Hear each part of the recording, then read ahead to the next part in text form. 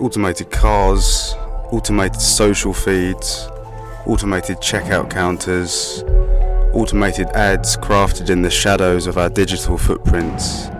We live in the age of automation. We've become lazy. Of these perpetrators, I am foremost. AI is the cornerstone of our technological advancement, is it not? We marvel at the speed of its advancements.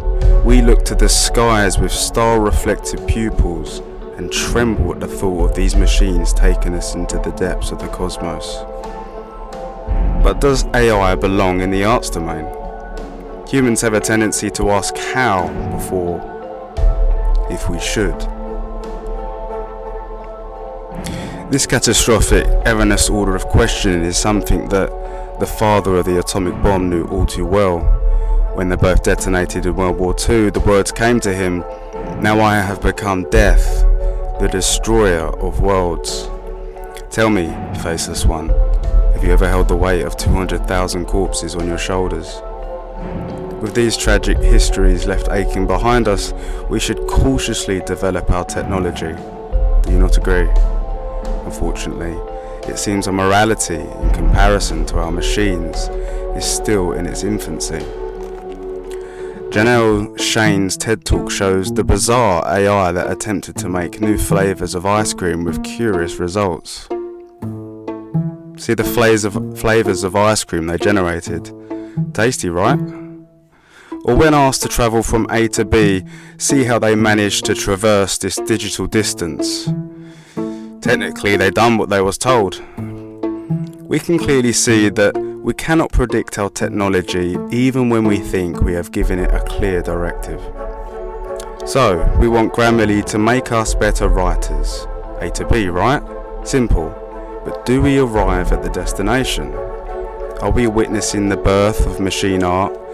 Am I just another disgruntled artist lined up like replaced factory workers complaining about his replacement?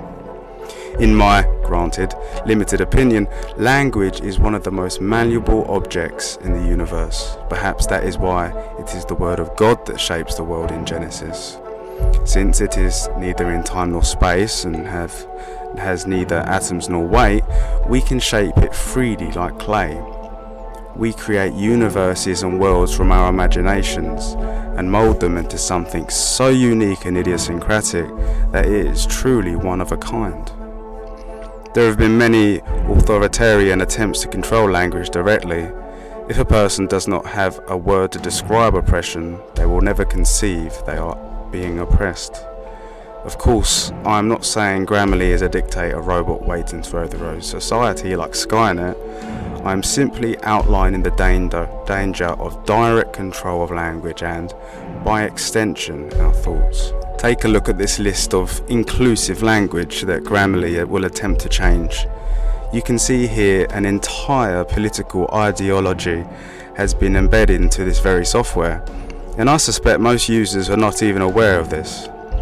I received a premium Grammarly account as part of my student loan in the UK. I thought nothing of it rather than a glorified spell checker. However, over the months of having it run in the background, I was daily facing minor irritations and corrections that distracted me from my task at hand. I found myself questioning various errors. Are we to mould our writing on a theoretical offence of a minority? Is there anywhere one should be fearless? It is the page. If even our thoughts cannot be adventurous and bold, what effect does that have on us? We are to think dangerously, so our thoughts die and not our bodies. The amount of conflict I face on this program is endless. It tells you should write in a specific point of view with a specific tone and to not write anything that anybody could potentially be offended by. May I ask who is generally writing here then? Is it a faceless coder from San Francisco?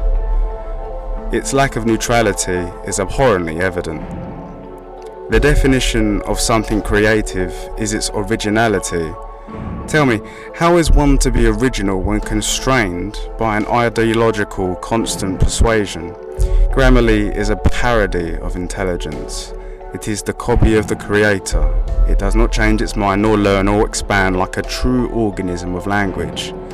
Often, Grammarly offers suggestions without any apparent reasoning behind it. Free speech is a constitutional law because it is so close to our thoughts.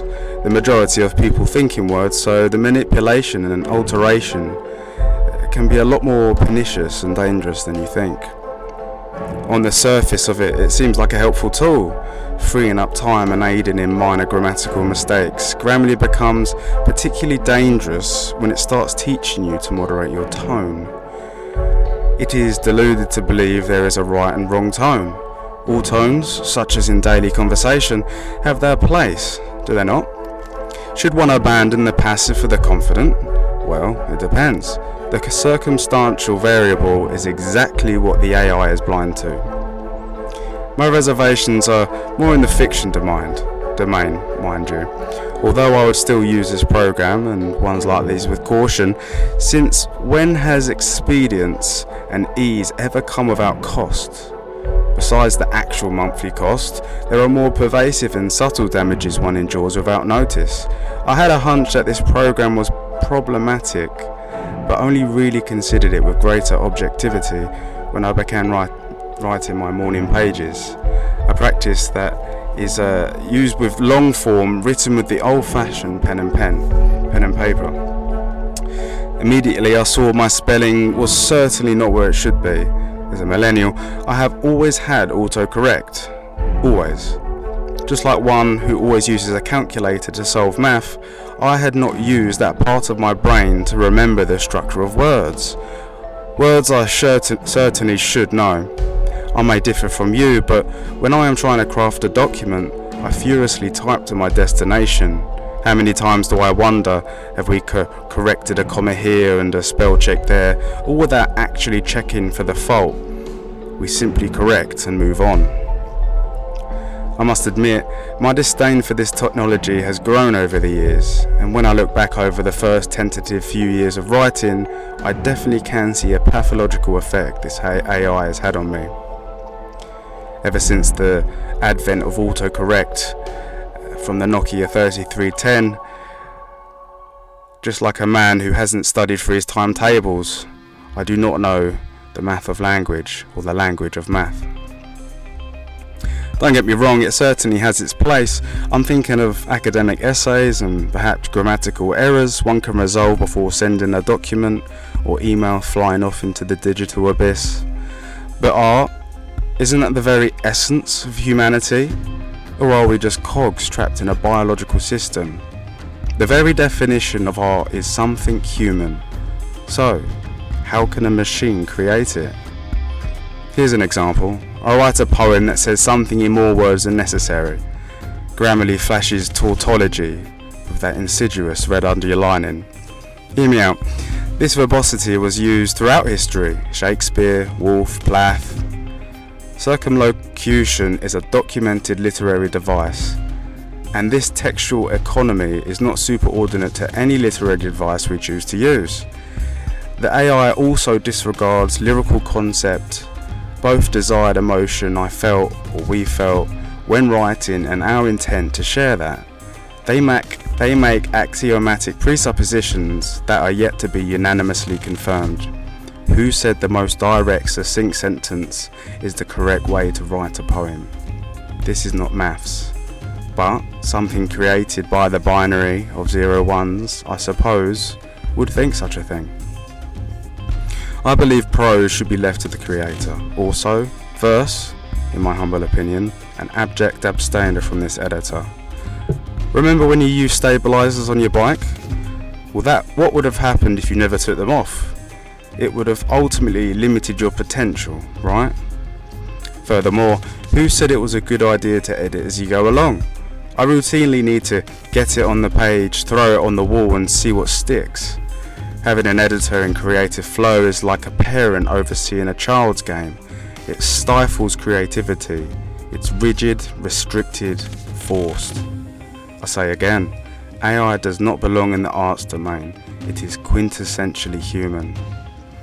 Every simile, metaphor and specific alliteration is a direct manifestation of your soul, personality, life experiences and interests.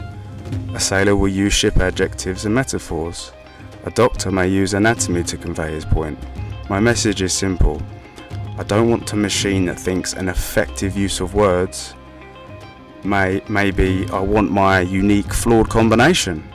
Is not language an organism that evolves like every other biological entity on the face of the earth? Creating arbitrary constraints and diluting every writer's unique reference point, well, it will make our art very mechanical. Machines are amazing at what they can do, and our smartphone has access to such a wealth of information, it's absolutely inconceivable. However, spine algorithms and the ability to split atoms tells us something. As I said earlier, just because we can doesn't mean we should. Okay, I may be catastrophizing with a Nuke Grammarly comparison, but hyperbole is a literary device I choose to implore with delight. Choose. And for goodness sake, stop giving me better synonyms, robot. Metaphors are routinely lost to this program too. Yes, it doesn't make sense literally because the nature of the metaphor is abstraction. If you're writing a poem or a novel, do yourself a favour. Leave the editor off. I want to see vivacity, volatility and bizarre sentences that make me turn my head and leave your words rattling around my brain for days.